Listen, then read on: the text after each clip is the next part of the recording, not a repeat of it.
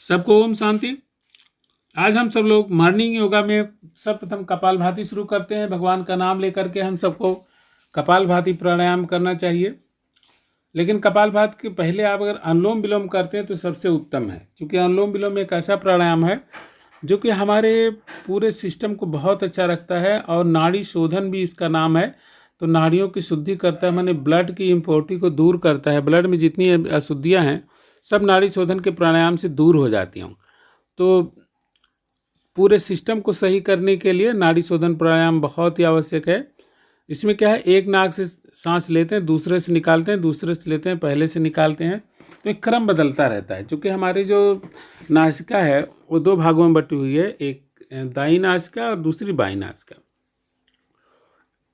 तो इड़ा और पिंगला दोनों के नाम हैं। इड़ा जो है दूसरी नाड़ी है और इसको नाड़ियाँ भी कहते हैं। 3 नाड़ियाँ होती, इड़ा, पिंगला और सुषुम्ना। तो ये जो दायां स्वर होता है उसे सूर्य स्वर कहा जाता है और बाएं स्वर को चंद्र स्वर कहते हैं। सूर्य स्वर गर्म होता है प्रकृति में और चंद्र स्वर शीतल प्रकृति का होता है। तो दोनों को संतुलन से ये सृष्टि चल रही है, हमारा शरीर चल रहा है, तो बहुत आवश्यक है। अब देखिए, कपालभाति प्राणायाम कर रहे हैं। कपालभाति प्राणायाम में श्वास को बाहर निकालते हैं, लेने पर ध्यान नहीं दिया जाता है, खुद ही श्वास धीरे धीरे हमारे भीतर आ जाता है। लेकिन ये बहुत कई प्रकार से किया जाता है। इसमें जो हम कर रहे हैं ये मध्यम प्रकार है। मध्यम प्रकार से धीरे धीरे श्वास को बाहर निकालते रहते हैं और पेट को पूरी तरह से पचकाते रहते हैं। तो पेट की मांसपेशियों का भी ये पूरी तरह से व्यायाम है। और चूँकि फेफड़े भी इस संदर्भ में बहुत ही सक्रिय होते हैं तो फेफड़ों की शक्ति बढ़ती है।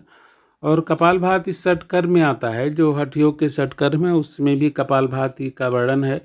और कपालभाति माने, कपाल माने हमारा चेहरा और चमकना, भाति माने चमकना। तो हमारा जो कपाल है वो बहुत ही चमकीला, सुंदर, स्वस्थ बनता है। तो ये कपालभाति है। कपालभाति हमारे पेट के दोषों को दूर करता है। आप जानते हैं पेट से ही सारी बीमारियां होती हैं। तो पेट की अगर अशुद्धियां दूर हैं तो पेट हमारा सिस्टम सही है तो पूरा शरीर ही सही रहता है। इसके लिए कपालभाति प्राणायाम करना बहुत ही आवश्यक है। प्रतिदिन हमें कम से कम 10 मिनट अगर कपालभाति करते हैं तो ये पूरे शरीर को स्वस्थ रखता है और ज़्यादा मोटापा भी नहीं होता है, क्योंकि ये शरीर को संतुलित रखता है। अगर मोटे हैं तो पतले हो जाएंगे और पतले हैं तो जितना आपका स्वास्थ्य, जितने वजन पर जाके स्वास्थ्य होना चाहिए उस पर जा कर के आपको रोक देता है। और ये जानते हैं कि शुगर वगैरह के लिए भी बहुत अच्छी प्राणायाम है। शुगर जिनको है उनको तो ज़रूर ही करना चाहिए। गैस जिनको बनती है बहुत ज़्यादा, उन्हें भी कपालभाति प्राणायाम अवश्य करना चाहिए, क्योंकि यह पेट को स्वस्थ रखने में बहुत ही मदद करता है। तो ये दोनों ही प्राणायाम बहुत अच्छे हैं।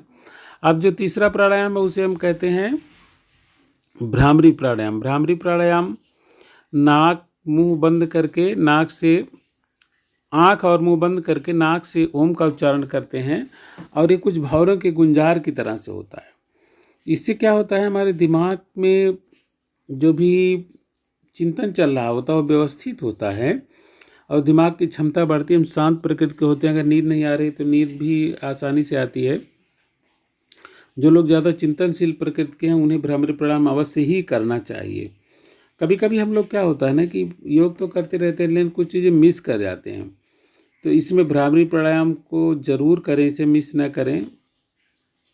बिना नागा के करने से इसके लाभ मिलते हैं। योग जो है वो निरंतरता का नाम है। अगर निरंतरता के साथ करते हैं तो इसके लाभ अत्यधिक प्राप्त होते हैं। तो कपालभाति प्राणायाम के बाद हम लोग भ्रामरी प्राणायाम कर रहे हैं। भ्रामरी प्राणायाम आप देख रहे हैं, इसमें आंखें बंद है, नाक के द्वारा ओम का उच्चारण होता है और ये बहुत ही शांत प्रकृति का प्राणायाम माना जाता है। कहते हैं इसे रात्रि में भी कर सकते हैं, खाना खाने के बाद इसे करें तो इसके बहुत लाभ होते हैं, नींद अच्छी आती है। इसके बाद त्रिबंध, उद्यान बंध, मूल बंध और जालंधर बंध, 3 बंध हर योगी को लगाना चाहिए जो भी योग करते हैं। यह बहुत ही अच्छा है, इससे योग निरापद बनता है और इसे कम से कम 10 बार करें त्रिबंध का अभ्यास तो बहुत ही उत्तम है। क्योंकि प्रतिदिन अगर योग के समय हम 10 बार त्रिबंध का अभ्यास करते हैं तो हमारे पूरे शरीर को अच्छा रखता है। पूरे सिस्टम को अच्छा रखने में त्रिबंध का बहुत बड़ा योग है। तो त्रिबंध अवश्य करें। त्रिबंध करने से योग में अगर कुछ हम गलत भी करते हैं तो वो चीज़ें फिर सही रूप में बदलती हैं और उसका शुद्ध लाभ मिलता है। क्योंकि अगर योग गलत करते हैं तो उसके हानियाँ भी हैं। सही करते हैं तो रोग दूर होते हैं, गलत करते हैं तो रोग हो भी जाते हैं, ऐसा हठ योग का कहना है। तो इसलिए ये बिल के समान है, अगर त्रिबंध करते हैं तो फिर आपको अशुद्धियाँ नहीं होगी, हानियाँ नहीं होगी। अब देखिए अगला है जिसको हम बटरफ्लाई कहते हैं, तितली आसन कहते हैं। ये हमारे मूलाधार चक्र के लिए बहुत अच्छा होता है। माने पेट की कोई भी बीमारी है तो इसमें बटरफ्लाई का बहुत अच्छा रोल है। बटरफ्लाई करने से पेट की बीमारियां दूर होती हैं, शरीर सक्रिय होता है, मूलाधार चक्र जागृत होता है। तो मूलाधार चक्र जागृत होने से इस संसार में हमारी जो स्थिति है वो बहुत अच्छी बनती है। आप जानती हैं योग में 7 चक्र हैं और 7 चक्रों पर हमारा पूरा योग विज्ञान टिका हुआ है। ये चक्र दिखाई तो नहीं पड़ते लेकिन शरीर में ऊर्जा के केंद्र है और ऊर्जाओं के जागरण से ही हमारी प्रतिभा जागृत होती है। तो कहते हैं ना, ऊर्जा ही सर्वप्रमुख है। ऊर्जा किस रूप में हमारे शरीर में जा रही है, किस रूप में उसका काम कर रहे हैं, ये संतुलन ही हमारे पूरे व्यक्तित्व का निर्धारण करता है। तो क्यों ना हम अपने शरीर के ऊर्जा के संतुलन को अच्छा रखें ताकि पूरा हमारा शरीर अच्छा हो सके और हमारा जीवन भी अच्छा हो सके। तो बहुत ही आवश्यक है कि शरीर में ऊर्जाओं का जागरण हो और ऊर्जा के जागरण से ही हमारा पूरा संतुलन बना रहता है। अब देखिए क्या है, भू नमन कई प्रकार से करते हैं, लेकिन धरती माता को प्रणाम करना, इसे चूँकि आप देख रहे हैं पेट का पोर्शन आगे दबता है तो ये हमारे स्वास्थ्य को भी अच्छा रखता है और पूरे सिस्टम के जागरण में भी इसका बहुत रोल है। आप इसे 3-4 बार अवश्य करें और इससे शुगर की बीमारी भी नियंत्रित होती है, मन अच्छा रहता है और बहुत सारे इसके लाभ हैं। तो धरती माता को प्रणाम करना भी हम सबका परम धर्म है। अब इसके बाद पश्चिमोत्तासन आप करें, एक पैर से भी कर रहे हैं तो ये पश्चिमोत्तासन करने से घुटनों की कोई बीमारी नहीं होती है, मन शांत रहता है, पेट की बीमारियां दूर होती हैं और मणिपूरक चक्र में संतुलन रहता है। और इसको करते समय आप गायत्री मंत्र का भी जप कर सकते हैं और किसी भी पर मंत्र का जप कर सकते हैं, हनुमान चालीसा पढ़ सकते हैं। आपकी जिस भी देवता में श्रद्धा है उसके अनुसार आप भगवान का नाम भी लेते रहें और ये है पश्चिमोत्तासन भी करते रहें। इसमें 1-2 मिनट रुकना होता है, जब तक आप रुकें तब तक किसी न किसी देवी देवता को याद करते रहें, किसी चक्र पर ध्यान लगा सकते हैं, बहुत सारी चीज़ों कर सकते हैं जो आपके मन में है। पूजा पाठ कोई भी करें आप, लेकिन पश्चिमोत्तासन करते रहें। इसे कई आवृत्तियां करने से हमारा शरीर सही रहता है और शरीर के जो रोग होते हैं वो दूर होते हैं।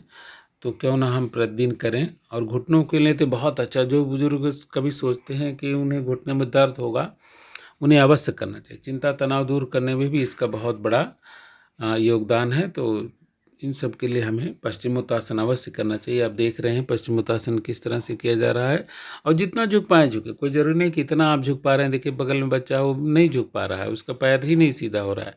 कोशिश करें कि पैर धरती के समांतर सीधे पैर से धरती से लग रहे हैं, उठे ना, और जितना झुक पाए उतना झुक। कोई ज़बरदस्ती नहीं करना है, योग ज़बरदस्ती का नाम नहीं है। अगर कहीं ज़बरदस्ती करते हैं तो वहाँ पर हानि होने की संभावना रहती है। इसलिए कभी भी योग में कोई ज़बरदस्ती ना करें, आप सामान्य रूप से करें ताकि आपका सहज रूप से करें। सहजता ही योग की प्राण शक्ति है।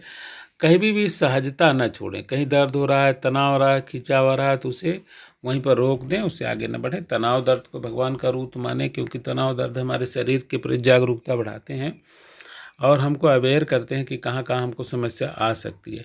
अब देखिए मंडूक आसन शुगर वालों के लिए बहुत अच्छा माना जाता है। मंडूक आसन शुगर के साथ साथ दिमाग को भी बढ़ाता है, बालों को पकने से रोकता है, झड़ने से रोकता है, बहुत सारी चीज़ें हैं। अब कभी कभी अगर हम योग नागा करते हैं तो लाभ नहीं मिलता। ऐसे बीच में हमने भी कुछ दिनों तक कभी नागा कर दिया तो वो फिर नकारात्मक की तरफ ले जाता है। तो हम करें, प्रतिदिन योग करें ताकि हमारा स्वास्थ्य अच्छा रहे, हमारे जो पाचन तंत्र प्रणाली वो अच्छा रहे, हमारा मानसिक सिस्टम अच्छा रहे। इसके लिए प्रतिदिन योग करना बहुत ही आवश्यक है। धैर्य के साथ करना, धैर्य बनाए रखना है। जब धैर्य बनाए रखते हैं, चाहे हमारे संबंध हो, चाहे योग हो, चाहे पढ़ाई लिखाई हो, धीरज के साथ प्रतिदिन जो लगा रहता है वही सफल होता है। और जो बीच में छोड़ देता है या उतावलापन दिखाता है तो क्या होता है, फिर वो चीज़ों का लाभ नहीं मिलता है। तो देखिए गैस और शुगर के लिए, दोनों के लिए ये बहुत अच्छा है मंडूक आसन। मंडूक आसन प्रतिदिन करें कभी कभी भूल जाएं, इसके लिए हमें चार्ट भी बना लेना चाहिए। अथवा ये वीडियो इसीलिए बना रहे हैं कि आप इसे चला लें और चला के देख देख के करते रहें। अब देखिए पद्मासन लगाएं। चूँकि आपने कई आसन किए हैं, अब आसन के बाद थोड़ा सा ध्यान का समय हो जाता है। तो ध्यान करने से क्या होता है, हमारा मन शांत होता है, हमारी आंतरिक प्रवृत्तियाँ शांत होती हैं। हठ योग में कहा गया कि ध्यान से बढ़कर कोई जप तप योग ध्यान कुछ भी नहीं है। योग मतलब जप तप से बढ़कर ध्यान है। तो ध्यान करना परम आवश्यक है, परम कर्तव्य हमारा। भगवान ने भगवद गीता में भी कहा है कि अपने नासिका के अग्रभाग पर दृष्टि को केंद्रित करके अपने ध्यान को लगाएं। और ध्यान के लिए ना कोई ऊंचा आसन हो, ना बहुत नीचा हो, मध्यम मार्ग का भगवद गीता ने आदेश दिया है। तो क्यों ना हम ध्यान को जागृत करें। ध्यान जागृत करने से ही पूरा सिस्टम, पूरा शरीर सही होता है, हमारा जीवन अच्छा चलने लगता है। तो ध्यान बहुत आवश्यक है। ध्यान करने से हमारा मन बहुत अच्छा होता है। मन पर नियंत्रण करना ही जीवन का प्रमुख उद्देश्य है। अगर मन नियंत्रित है तो महात्मा बुद्ध कहते हैं कि आपका पूरा जीवन नियंत्रित है। मन से ही हमारे सारे कार्य व्यापार हैं। और मन की पवित्रता, मन का शुद्धता, मन का नियंत्रण होना हमारे पूरे जीवन को बदलने के लिए बहुत ज़रूरी है। क्योंकि पूरे संसार को जीतने के पहले मन को जीतना आवश्यक है। जिसने मन को जीत लिया, कहते हैं, उसने पूरा संसार जीत लिया। और मन को जीतने के लिए ध्यान से बढ़कर कुछ भी नहीं है। तो ध्यान का अभ्यास करें प्रतिदिन। इससे मन आपका शांत रहेगा, नियंत्रित रहेगा, प्रसन्न रहेगा। अब ध्यान करने के बाद पुनः हम लोग थोड़ा सा पैर चूँकि दबे रहते हैं तो उनके लिए अंग संचालन का क्रियाएं करना बहुत ज़रूरी है। आप देख रहे हैं पैर को थोड़ा सा हिला रहे हैं, क्योंकि ऐसा करने से पिंडलियां और पैर का अग्रभाग, घुटने, टखने सब सही रहते हैं और जो उनमें गति है वो सामान्य रहती है। तो बहुत ही अच्छा है, पैरों का संचालन करें। पैरों के संचालन से जो आप बैठे हैं और अभी तक जो नाना प्रकार के आसन कर रहे थे उसमें भी जो रक्त प्रवाह कहीं रुका है तो वो सारा चीज़ें सही रहता है। ये बहुत ही अति आवश्यक है। आप इसको करें, प्रतिदिन करें। प्रतिदिन करने से ही योग का लाभ मिलता है। अगर बीच बीच में छोड़ देते हैं, नागा करते हैं, तो फिर योग के लाभ नहीं मिलते हैं। आपने एक कहावत सुना होगा ना कि अतरे खुतरे कसरत करे, दही न मारे अपुआ मरे। माने एक अवधि कहावत है कि जो कुछ दिन छोड़ करके, एक एक दिन गैपिंग करके कसरत करते हैं, वो अपना घाटा करते हैं। तब भगवान उन्हें नहीं मारते, वो लोग खुद ही अपने स्वास्थ्य को नुकसान करते हैं। तो ऐसा नहीं करना चाहिए। अगर योग कर रहे हैं तो प्रतिदिन करें। प्रतिदिन करने से एक तो लाभ मिलता है, हानियाँ नहीं होती, और किसी चीज़ में परफेक्शन आने के लिए उसका प्रतिदिन करना बहुत ही आवश्यक है। प्रतिदिन करने से ही आप किसी चीज़ में परफेक्शन पा सकते हैं। अब देखिए पवन मुक्त आसन है। पवन मुक्त आसन करने से हमारे शरीर में जो अत्यधिक गैस बनती है वो मुक्त हो जाती है। और गैस मुक्त होने के लिए इसका नाम है पवन मुक्त आसन। अर्थात शरीर में, पेट में गैस न रुके, अगर बन रही है तो समाप्त हो जाए, इसके लिए बहुत आवश्यक है। और अगले देखिए, अब हम तैयारी कर रहे हैं सर्वांग आसन की। क्योंकि सर्वांग आसन एक ऐसा आसन है जो हमारे पूरे शरीर को अच्छा रखता है। इसलिए पैरों को पीछे ले जाएं और कमर पर हाथ लगा करके पूरे शरीर को ऊपर की तरफ ले जाएं। इससे रक्त प्रवाह उल्टा हो जाता है, अर्थात सिर की तरफ रक्त का प्रवाह बढ़ जाता है। तो हमारे बालों के लिए भी अच्छा, दिमाग के लिए भी बहुत अच्छा, और पूरे शरीर को अच्छा रखता है, मोटापा भी दूर करता है। इसलिए हठ योग प्रतियोगिता में इसको बहुत ही अच्छा आसन माना गया है। ये पूरे शरीर के लिए अच्छा है। आप देखिए पीछे थोड़ा सा झुकते हुए हलासन की तरह करते हुए आप पुनः फिर सामान्य अवस्था में धीरे धीरे आएँ। हलासन करते हुए धीरे धीरे आने से क्या होगा, आपको झटका नहीं लगेगा। क्योंकि रक्त का प्रवाह दिमाग की तरफ ज़्यादा है, अगर तुरंत उठ जाते हैं तो फिर आपको दिमाग में सनसनाहट की अनुभूति हो सकती है। तो ऐसा ना करें, आप थोड़ी देर लेटें। फिर आप देख रहे हैं ये क्या, उत्तान पादासन। पैरों को थोड़ा सा 45 डिग्री से 60 डिग्री तक ले जाना है और वहाँ पर पैरों को रोके रखना है। रोके रखने से क्या होगा ना, पेट भी कम होता है और पैरों की मांसपेशियों को बल मिलता है। तो ये बहुत ही उत्तम है। ऐसा करना हमारे स्वास्थ्य के लिए बहुत ही लाभदायक है। देखिए इसको 2-3 आवृत्तियाँ करें। जितनी आवृत्तियाँ करेंगे उतना ही लाभ होगा, क्योंकि योग जितना समय तक करेंगे उतना ही लाभ होगा। कहते हैं 20 मिनट का अभ्यास 20 वर्ष का विकास। योगी सत्यम जी ने सही कहा है। तो आप देखिए योग में जो हम समय लगाते हैं वो हमारे शरीर पर, हमारे जीवन में रिटर्न मिलता है। क्योंकि आपका स्वास्थ्य अच्छा रहेगा, और मन अच्छा रहेगा और बीमार नहीं होंगे तो पैसा भी बचेगा। तो इसलिए योग जो एक ऐसा चीज़ है, जितना इसमें समय हम लगाते हैं हमारे पास रिटर्न होकर आता है, अर्थात हमारे जीवन प्रत्याशा बढ़ जाती है, जीवन की जो आयु है, आयु की दीर्घता बढ़ जाती है। तो इसलिए बहुत ही आवश्यक है थोड़ी देर पुनः मेडिटेशन करें, क्योंकि मेडिटेशन ध्यान ही हमारे पूरे शरीर को अच्छा रखता है। बच्चे बीच में थोड़ा सा आनंद ले रहे थे। ध्यान करते रहें, ध्यान ही हमारे पूरे शरीर को अच्छा रखता है। और ध्यान एक ऐसी क्रिया है जो आंतरिक रूपांतरण की क्रिया है। और सारी क्रियाएं क्या है, बाह्य रूपांतरण करती हैं, लेकिन ध्यान आंतरिक रूपांतरण करता है। तो हमारे व्यक्तित्व को अच्छा बनाने में ध्यान का बहुत बड़ा रोल है। इसे प्रतिदिन जरूर करना चाहिए। अभी हमने बताया था कि ध्यान के समान जप तप नहीं है, न कोई दान है। तो ध्यान एक ऐसी अमूल वस्तु है जो हमारे ऋषियों महर्षियों की, भारतीय ऋषियों महर्षियों की विशेष खोज है। कहते हैं कि the power of silence is better than science. विज्ञान से भी बढ़कर क्या है, साइलेंस, मौन की क्षमता, जिससे ही विज्ञान का उदय होता है, ये दीदी भी कहती हैं। तो इसके लिए हमें ध्यान की गहराई में उतरना होगा। ध्यान को उथले रूप से करेंगे तो आपको लाभ नहीं मिलेगा। जितना हम ध्यान की जब गहराई में उतरेंगे तो लाभ मिलेगा। इसलिए प्रतिदिन ध्यान करें। ध्यान करेंगे तो आपका स्वास्थ्य अच्छा रहेगा, आपका मन अच्छा रहेगा, आप में सेवा भावना विकसित होगी, आप बहुत ही अच्छे बन पाएंगे। तो बहुत सारी चीज़ें हैं, लेकिन ध्यान परम कल्याणकारक है। ध्यान का अभ्यास करना बहुत ही उत्तम है।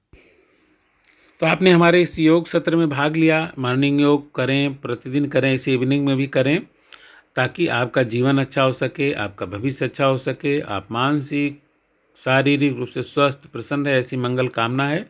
सर्वे भवन्तु सुखिनः, सर्वे सन्तु निरामयाः, सर्वे भद्राणि पश्यन्तु मा कश्चित् दुःख भाग् भवेत्। तो 3 बार ओम करेंगे। ओम